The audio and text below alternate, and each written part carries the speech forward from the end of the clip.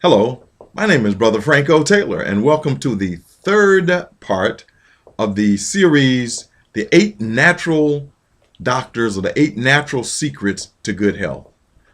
In part two, we talked about the fact that the best food was fruit, nuts, grains, and vegetables. We even saw that all of the health foundations, the Diabetes Foundation, the Heart Foundation, Crohn's Colitis, Diabetes Foundation, they all agreed that if we ate a certain food, which was fruit, nuts, grains, and vegetables, which equaled fiber, that all those diseases would go away. Well, how are we to eat it? Well, we said that for breakfast, if you were having whole grains, you needed 2 to 3 pieces of fruit to go with that, whole pieces of fruit. For lunch, if you were eating at Mickey D's, Captain D's, Wendy's, or one of these, then you needed some salad or some slaw to go with it. And we also said that for supper, if you were eating meat and vegetables, that a good salad or slaw to go with that was necessary. But the question was, why? Why did it have to be that way? Well, we found that if you ate animal products, all animal products are dead simply because we're not eating any live chickens, okay? But the question that we asked in the last, in part two was, if you cook a vegetable, is it live or is it dead? And of course, the answer was it's dead. Because if you put anything in a pot of water and boil it at 350 degrees for 45 minutes to an hour, it has to be dead. Suppose I were to put you in a pot and boil you for 45 minutes. Would you be alive? No, no, no. I know that sounds silly, but I'm just wanting you to think. If you cook food, even though it tastes good, it's virtually dead. So imagine this. In this hand, you've got animal products, animal flesh. We know they're dead because you don't eat live animals, okay? But you also have the cooked vegetables, cooked broccoli, macaroni cheese, all that's over here. And it's virtually dead because there's no life in it. You've cooked it out with the heat, okay? But it still tastes good. So I'm not saying that you're wrong, you're going to die and go to hell because you eat this. That's not what I'm saying. Listen to me carefully. What I am saying is that this virtually has no nutrition for the body.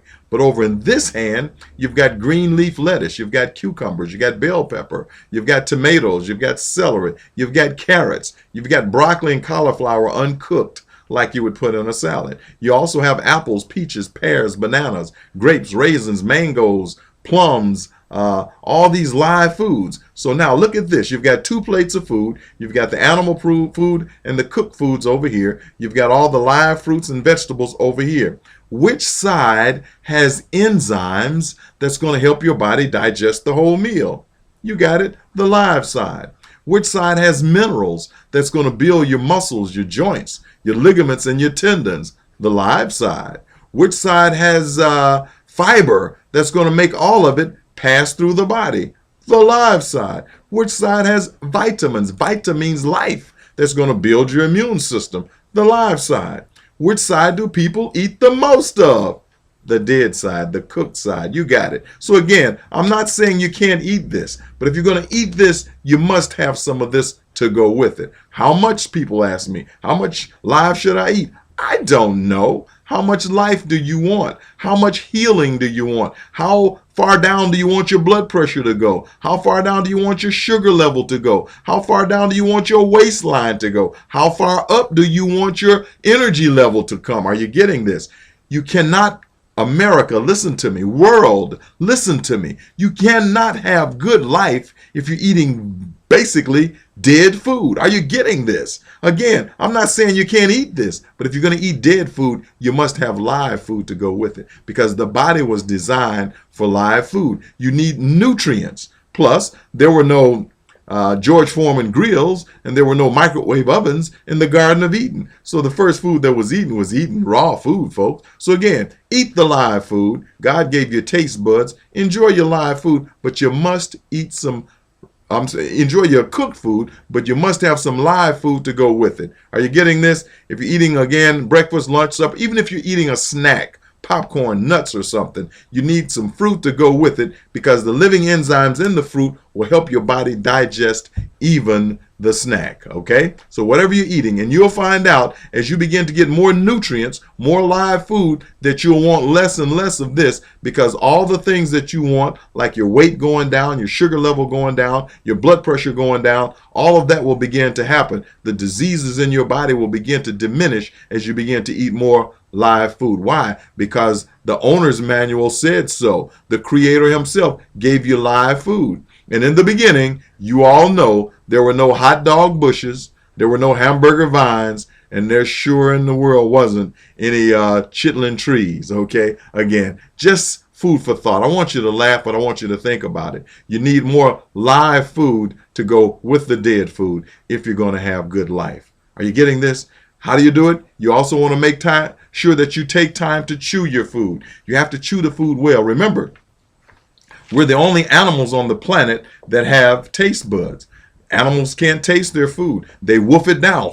They just wolf it down because it smells good, but they can't taste it. But God gave you taste buds. So why do you wolf your food down? Take your time. Chew your food. Savor the flavor. Enjoy the fact that someone took the time to cook this delicious food for you. And you'll also find out that the food will digest better and you'll have less of this, the bloating and the burping. By the way, I'm a teacher, so I can do that, okay? But the key is you'll have less of that, less of the gas passing, the bloating, the indigestion, the acid reflux and all that kind of stuff. That'll be a thing of the past if you begin to take the time to chew your food. Something else that you don't do that causes a lot of gas and indigestion is you don't mix fruits and vegetables at the same time. Fruits and vegetables digest at different rates of speed. Fruit is basically water. It digests very quickly. Some vegetables are heavy and starchy, so they take longer to digest. So they're all in the body together, in the stomach together. The fruit's already broken down, and now the body is secreting hydrochloric acid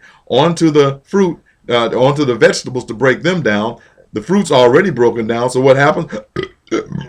Boy, the bloating and the burping, because now the fruit turns into an alcohol, an aldehyde, and now you've got all this gastric disturbance in your stomach, and it gets foul, and it's bloating and coming up, and the gas is passing, and you're feeling all uncomfortable, and you're wondering why. Well, it's because you don't mix fruits and vegetables at the same time. Fruit at a fruit meal, vegetables at a vegetable meal, but not at the same time. Something else you don't want to do when you're eating, you don't want to drink liquids with your meals. Most people eat like this. Imagine this is a fork. They'll take the fork, take a fork full of food, take about 3 chews, and then drink some liquid now, some tea, some juice, some coffee, some water, or something. Another 3 chews, and then they'll drink some more liquid. What did they just do? Well, why did they do it? They did it because the food is cooked, it's dry, okay, and it's just dry. And then it's got a lot of Heinz 57 sauce and hot sauce and hot wing sauce and all these twangy sauces that make you have to have something to drink.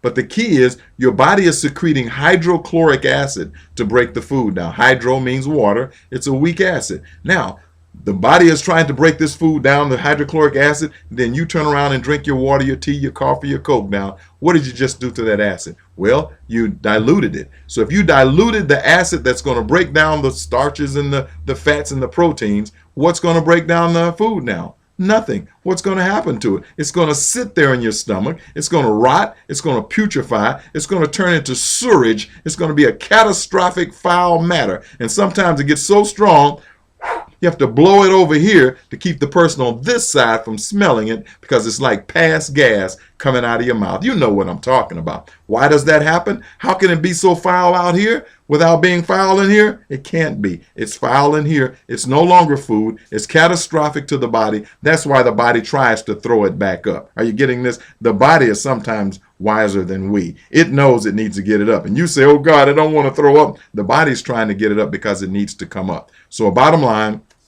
you want to make sure that you eat lots of live food with every meal. You don't mix fruits and vegetables together. You don't drink liquids with your meals. The formula is you should drink your liquids 15 minutes before your meal and 45 minutes after your meal. That gives the body a chance to digest the food. Everything will be calm, collected. The bowels will move. The energy level will go down. Go up. The sugar level will go down. The blood pressure will go down, and you'll feel like new money. These are good points, folks. I hope you're getting this. And this was just the first secret to good health, the first natural secret. So be sure to watch part 4 and get the next step in the secrets to the all natural secrets to good health.